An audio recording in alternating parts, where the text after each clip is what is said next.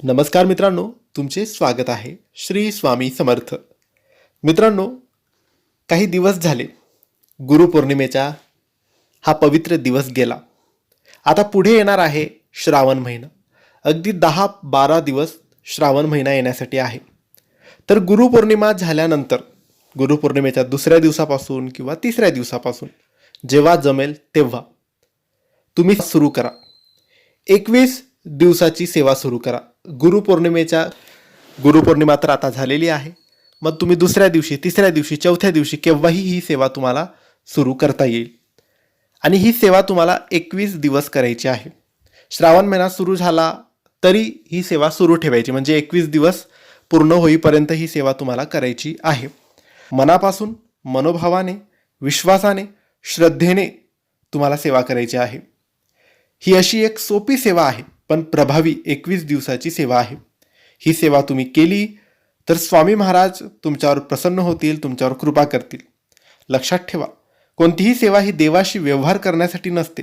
सेवा म्हणजे श्रद्धा, भक्ती आणि आत्मिक उन्नतीचा मार्ग आहे. त्यामुळे ही सेवा केलीच तर इच्छा पूर्ण होईलच असे निश्चित म्हणता येत नाही, परंतु आपली इच्छा पूर्ण होतेच. ती कशी होते? तर आपल्या सेवेने स्वामी प्रसन्न होतात, त्यांची कृपा होते. मग आपल्याला जे महत्त्वाचं आहे, जे गरजेचं आहे, ते स्वामी आपल्याला नक्की देतात. ही सेवा तुम्ही गुरुपौर्णिमेच्या दुसऱ्या दिवशी, तिसऱ्या दिवशी, चौथ्या दिवशी केव्हाही सुरू करू शकतात. अगदी 8 दिवसांनी सेवा सुरू केली तरी काही हरकत नाही, पण 21 दिवस करा. श्रावण महिना सुरू होईल तरी 21 दिवस तुम्ही पूर्ण करायचे आहेत. जेव्हाही तुम्ही सेवा सुरू कराल तेव्हा पहिल्या दिवशी दोन्ही हात जोडून स्वामींना नमस्कार करा, मनात प्रार्थना करा, हे श्री स्वामी समर्थ, तुमच्या चरणी माझी श्रद्धा मी अर्पण करत आहे. ही 21 दिवसांची सेवा मी पूर्ण भक्तिभावाने करत आहे.